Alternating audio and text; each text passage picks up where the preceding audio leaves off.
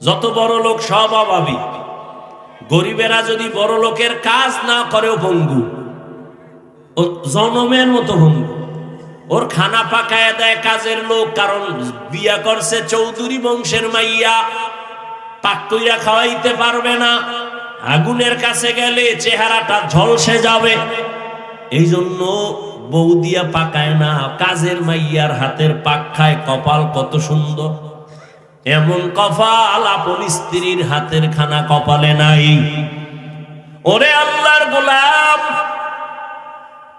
দুনিয়াতে অভাব ছাড়া কেউ নাই। 3 নম্বরে যার কোনো স্বার্থ নাই। দুনিয়াতে খুঁজে দেখলাম স্বার্থ ছাড়া কোনো মানুষ নাই। অভাব নাই, স্বার্থ নাই, পেছনে টান নাই, এমন কোনো মানুষ নাই।